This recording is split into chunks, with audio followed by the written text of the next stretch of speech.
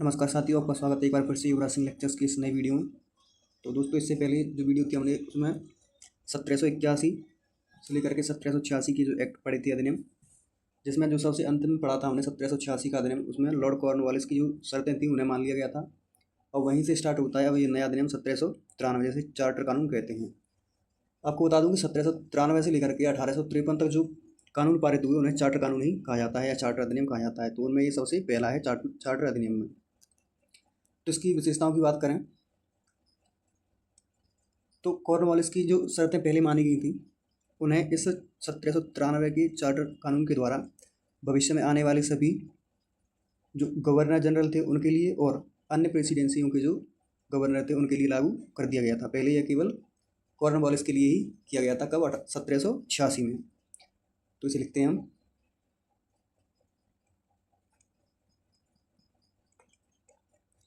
Cornwallis की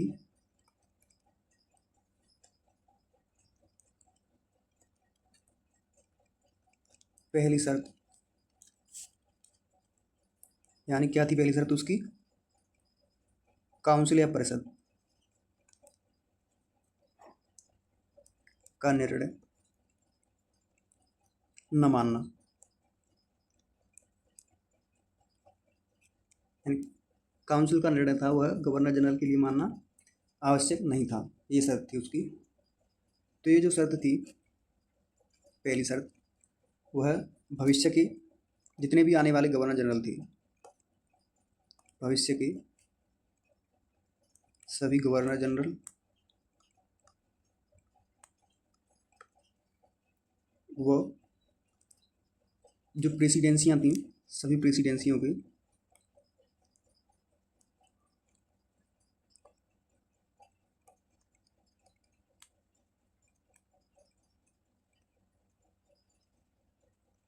गवर्नरों के लिए लागू की गई। ये इसकी पहली शर्त थी 1793 के चार्टर कानून की। और दूसरी जो थी, नंबर फर्स्ट है ये, और 1793 चार्टर कानून की जो दूसरी शर्त थी वह यह थी कि इसने कंपनी के व्यापार को 20 वर्षों के लिए फिर से बढ़ा दिया। यानी जो कंपनी का एकाधिकार था व्यापार पर, ब्रिटिश के अन्य व्यापारियों पर भारत में व्यापार करने के लिए जो रोक लगी थी उसे 20 वर्षों के लिए आगे और बढ़ा दिया गया। यानी भारत पर ईस्ट इंडिया कंपनी के व्यापारिक एकाधिकार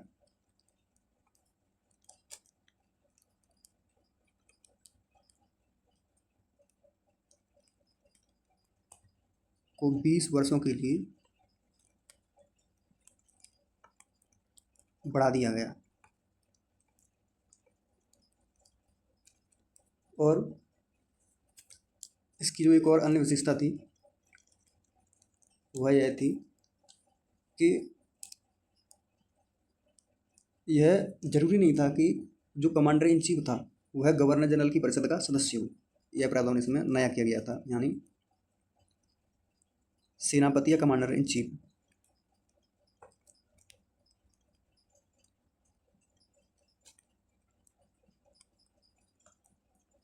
चीफ के लिए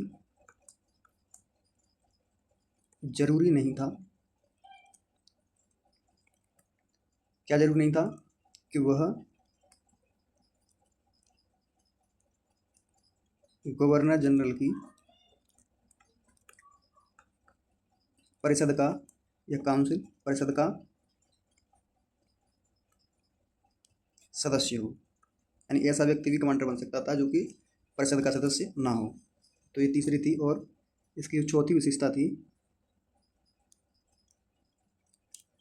कि नियंत्रण बोर्ड जो था, बोर्ड ऑफ कंट्रोल, इसके सदस्यों तथा कर्मचारियों को वेतन भारतीय राजस्व से देने का जो है प्रावधान इसमें किया गया था। ये इसकी सबसे प्रमुख विशेषता थी कि यहाँ से जो कंपनी के कर्मचारी वगैरह थे उनको वेतन देने का प्रावधान भारत के राजस्व में से ही किया गया था।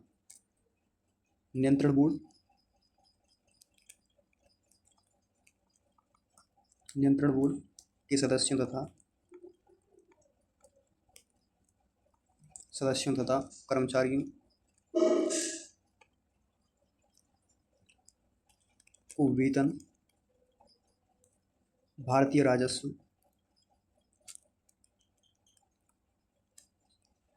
में से देने का प्रावधान किया गया। ये इसकी चार प्रमुख विशेषताएं थी। पहली थी कि जो लॉर्ड कॉर्नवालिस के लिए जो शर्तें थी उन्हें आने वाले सभी गवर्नर जनरलों और गवर्नरों के लिए लागू किया गया, और कंपनी के व्यापार के जो एकाधिकार था उसे 20 वर्षों के लिए बढ़ा दिया गया। और तीसरी, कमांडर इन चीफ का अब काउंसिल का सदस्य होना अनिवार्य नहीं था, और बोर्ड ऑफ कंट्रोल का जो सदस्य और कर्मचारी थे उनका वेतन भारतीय राजस्व में से ही देने का प्रावधान किया गया था। ये इसकी 1793 चार्टर कानून की विशेषताएं थी। अब इससे आगे इसके 20 साल बाद जो आता है 1813 का चार्टर कानून आता है, तो उसे लेकर के चलते हैं आगे। तो जैसा कि 1793 में कंपनी के व्यापार के अधिकार को 20 सालों के लिए बढ़ाया गया था, वही व्यापार के अधिकार 1813 के चार्टर कानून द्वारा समाप्त कर दिया गया था, और भारतीय व्यापार था वो ब्रिटिश के सभी व्यापारियों के लिए खोल दिया गया। और लेकिन जो चाय का व्यापार था और चीन के साथ ब्रिटिश का व्यापार था, उस पर अभी भी कंपनी का ही एकाधिकार था। और भारत में जो है कंपनी के क्षेत्रों पर ब्रिटिश के राजा की प्रभुता को स्थापित किया, और इसके साथ ही ईसाई मिशनरियों को भारत में आकर लोगों को प्रबुद्ध करने की अनुमति, अर्थात अपने धर्म का प्रचार प्रसार करने की अनुमति मिली 1813 के कानून के माध्यम से। और भारत की जो स्थानीय सरकारें थीं उन्हें व्यक्तियों पर कर लगाने के लिए अधिकृत किया गया, और भुगतान न करने पर दंड का प्रावधान। ऐसा इसलिए किया गया था क्योंकि कंपनी ने 1765 तक लगभग बहुत ज़्यादा युद्ध किए थे अपनी सत्ता स्थापित करने में, जिसकी वजह से कंपनी जो निरंतर घाटे में चल रही थी, और उस घाटे को पूरा करने के लिए उसने भारत के जो स्थानीय शासक थे उनसे उन्हें जनता पर अधिक कर लगाने के लिए विवश किया था। तो लिख लेते हैं व्यवस्थाओं को, विशेषताओं को। नंबर फर्स्ट, इसने ईस्ट इंडिया कंपनी के व्यापारिक एकाधिकार को समाप्त कर दिया, और इसने जो भारत में व्यापार होता था उसे सभी ब्रिटिश के व्यापारियों के लिए खोल दिया। भारतीय व्यापार सभी ब्रिटिश व्यापारियों के लिए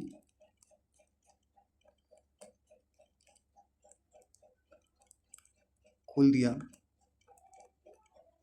ये सबसे महत्वपूर्ण विशेषता है इस अधिनियम की, चार्टर कानून की 1813 की। परंतु ध्यान रहे कि जो भारत के साथ चाय का व्यापार था और प्लस चीन के साथ ब्रिटिश व्यापार था,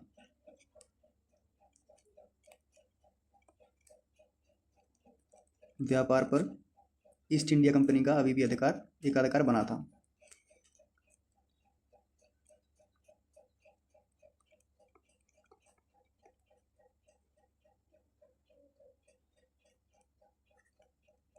अभी भी था, ठीक है। ये पहली विशेषता इसकी। अगली, अब कंपनी का जब व्यापारिक एकाधिकार समाप्त हो गया तो इसकी जो प्रभुता है वो किसके हाथों में चलेगी? ब्रिटिश के राजा के हाथों में। तो इसे लिख लेते हैं नंबर सेकंड, भारत में कंपनी शासित क्षेत्रों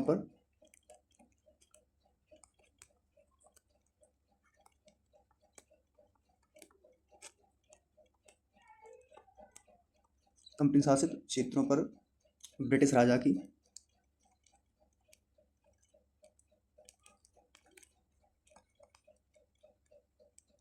प्रभुता स्थापित की,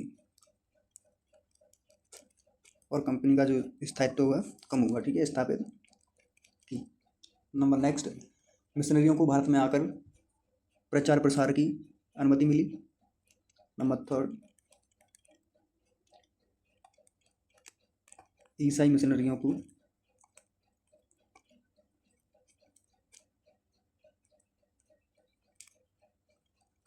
भारत आकर धार्मिक व शैक्षणिक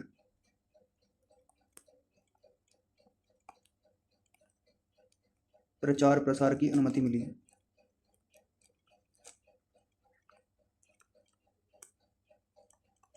कौन से अधिनियम के तहत? 1813 की अनुमति मिली।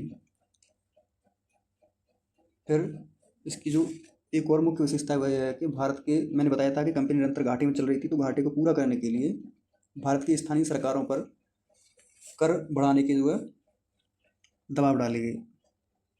तो नंबर 4, भारत की स्थानीय सरकारों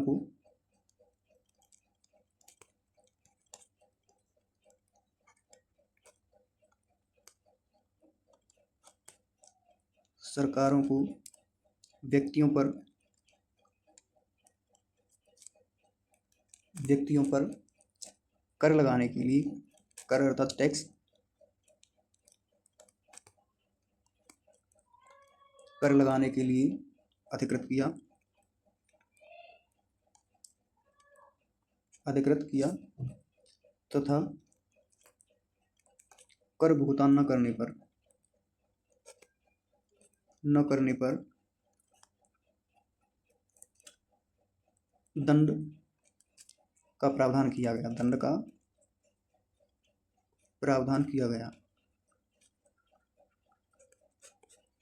ताकि अधिक कर वसूल कर कंपनी के घाटे को पूरा किया जा सके। तो ये 1813 का हुआ। 1793 के 20 साल बाद आया था 1813, और 1813 के 20 साल बाद 1833 का चार्टर अधिनियम आया था। तो इसने जो है केंद्रीकरण जो होता है सत्ता का या शासन का, उसकी दिशा में महत्वपूर्ण भूमिका निभाई। चूँकि जो बंगाल का गवर्नर जनरल था उसे संपूर्ण भारत का गवर्नर जनरल बना दिया गया, और ऐसी सरकार का निर्माण किया जिसने संपूर्ण ब्रिटिश भारत पर नियंत्रण हासिल किया। और मैं बता दूं कि जो लॉर्ड विलियम बेंटिंक भारत के प्रथम गवर्नर जनरल थे। चलिए इसे लिख लेते हैं।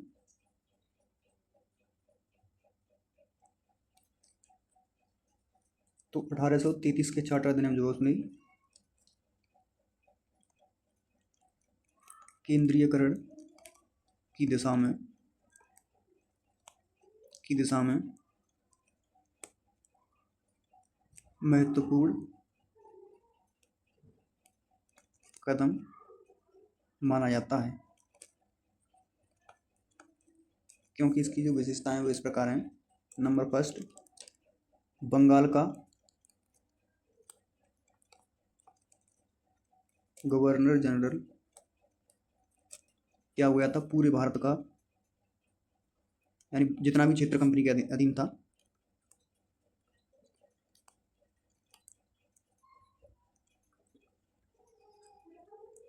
गवर्नर जनरल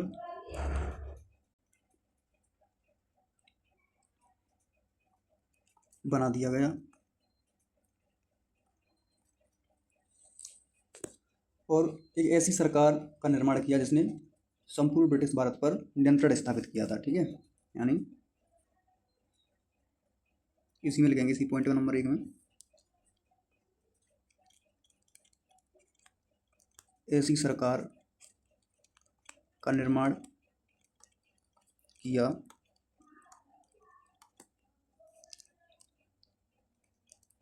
जिसका संपूर्ण ब्रिटिश भारत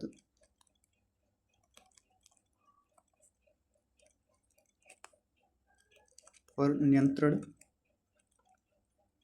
स्थापित था या नियंत्रण था। और जो भारत का प्रथम गवर्नर जनरल बनाया गया था वो था लॉर्ड विलियम बेंटिक।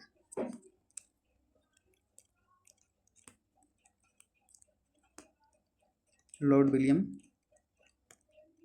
बेंटिक कौन था? ये भारत का प्रथम गवर्नर जनरल।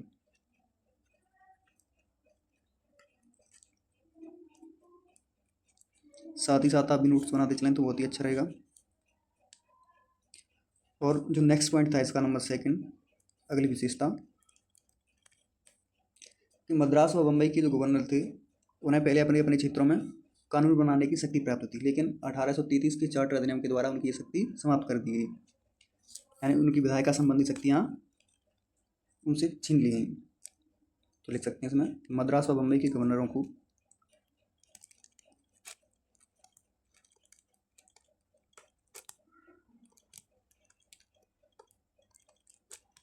गवर्नरों को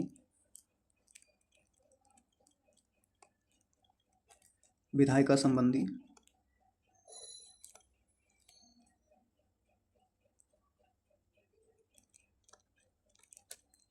शक्ति से वंचित कर दिया।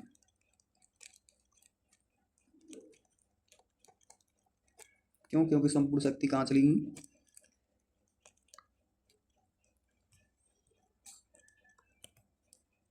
भारत के गवर्नर जनरल को दे दी गई।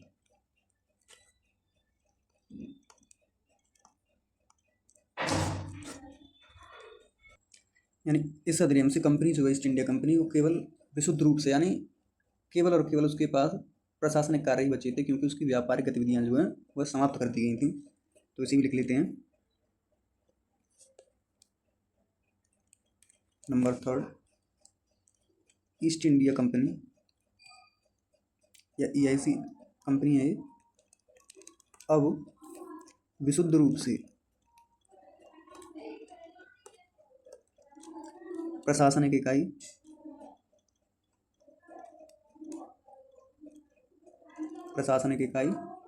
बन गई, क्योंकि इसकी व्यापारिक गतिविधियां समाप्त हो गई थी लगभग।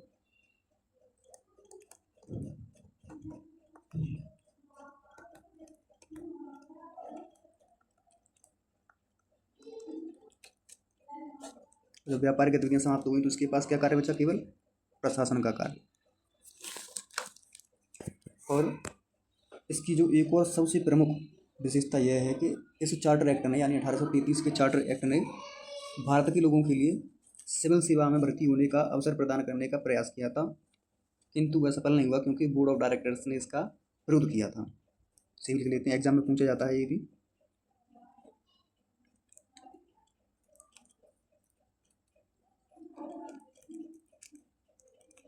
चार्टर एक्ट 1833 ने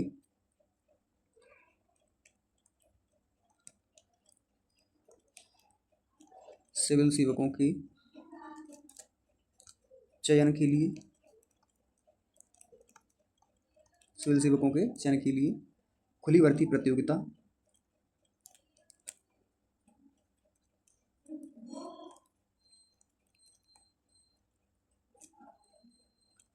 का आयोजन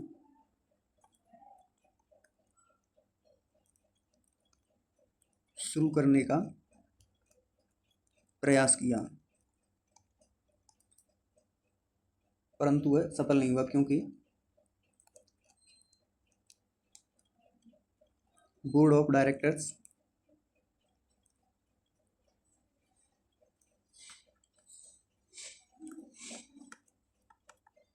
विरोध किया था और यह प्रक्रम सफल नहीं हुआ था। ठीक है, तो ये कुछ विशेषताएं थी किसकी? चार्टर अधिनियम 1833 की। अब जो चार्टर अधिनियम सबसे अंतिम चार्टर एक्ट था अधिनियम, वो था 1853। उसके बारे में जानते हैं। इस अधिनियम की अगर विशेषताओं की बात की जाए 1853 के चार्टर एक्ट की, तो सबसे पहली बात तो यही है कि 1793 से लेकर के 1853 तक ये सभी चार्टरों में अंतिम चार्टर था। और विशेषता इसकी प्रमुख ये थी कि इसने गवर्नर जनरल के लिए एक नई विधान परिषद का गठन किया था, जिसे भारतीय या केंद्रीय विधान परिषद कहा जाता था। और इसने ब्रिटिश संसद की प्रक्रिया ही अपनाई थी और इसे छोटी संसद की तरह इसने कार्य किया। ये विशेषता थी। इसने भारतीयों के लिए सिविल भर्ती का आरंभ किया। ये क्वेश्चन बहुत जरूरी पूछा जाता है अक्सर कि भारत में सिविल सेवा भारतीयों के लिए कब आरंभ हुई थी? तो 1853 के चार्टर एक्ट द्वारा। और इसने कंपनी के शासन का समय जो है, जैसा कि पहले के चार्टरों में निर्धारित किया जाता था कि 20-20 वर्ष के लिए बढ़ाया जाता कंपनी का व्यापार पर अधिकार। और लेकिन 1853 का जो एक्ट था, इसने प्रशासनिक अधिकार पर समय सीमा तय नहीं की थी, यानी कंपनी से प्रशासन कभी भी छीना जा सकता था। तो इसे लिख लेते हैं हम।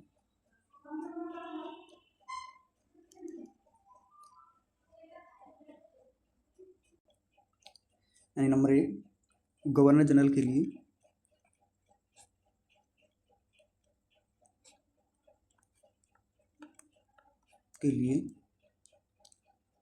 नई विधान परिषद का गठन किया। क्यों किया? ताकि गवर्नर जनरल की जो परिषद थी, इसका गठन इसलिए किया गया था ताकि प्रशासनिक और विधायी कार्यों को अलग अलग किया जा सके, यानी कानून बनाने का कार्य अलग हो और प्रशासन चलाने का कार्य अलग हो। इसके लिए विधान परिषद का गठन किया गया था। इस परिषद को भारतीय या केंद्रीय विधान परिषद कहा जाता।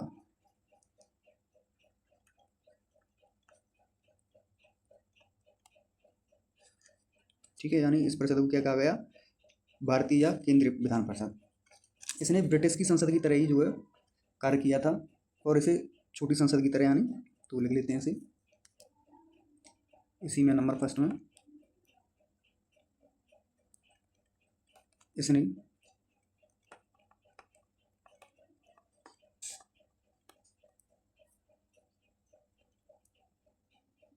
ब्रिटिश संसद की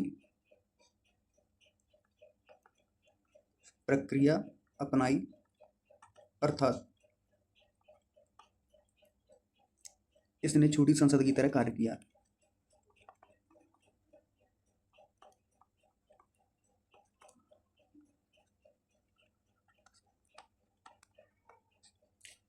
इसके अलावा जैसा कि मैंने बताया था कि इसने भारतीयों के लिए सिविल सेवा भर्ती का आरंभ किया था, और उसके लिए एक समिति भी गठित की गई थी, जैसे मैकाले समिति हम कहते हैं 1854 में। तो नेक्स्ट पॉइंट लिखते हैं नंबर सेकंड। इसने भारतीयों के लिए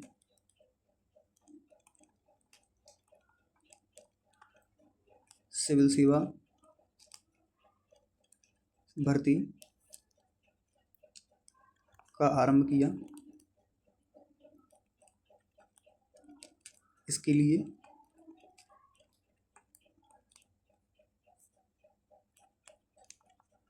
मैकाले समिति 1854 का गठन किया गया।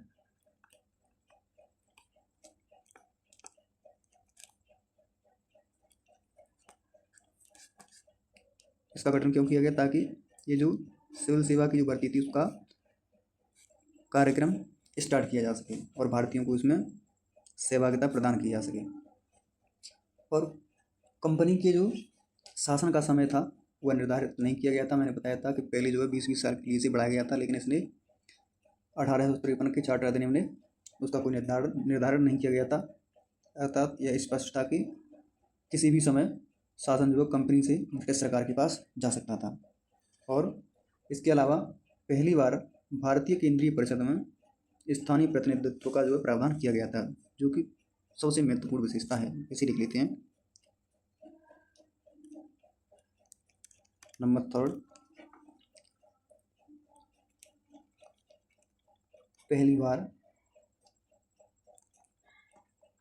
भारतीय, क्योंकि इससे पहले जो अंग्रेज लोग थे वे भारतीयों को शासन के लायक समझते नहीं थे। वे ऐसा समझते थे कि भारतीय लोग जो हैं वो शासन करने में असमर्थ हैं। लेकिन 1853 के चार्टर एक्ट में पहली बार भारतीय लोगों को परिषद में शामिल किया गया था। तो पहली बार भारतीय केंद्रीय परिषद में, भारतीय लिखिए या केंद्रीय एक ही बात है,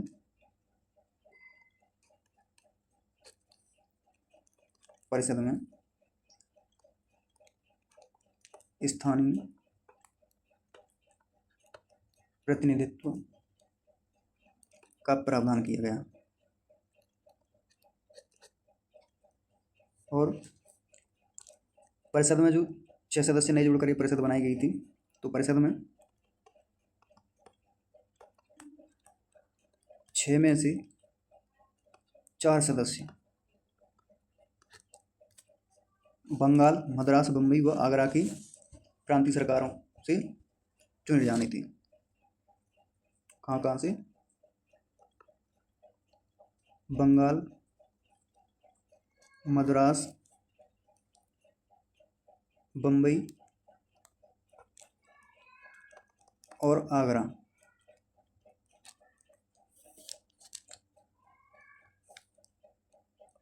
की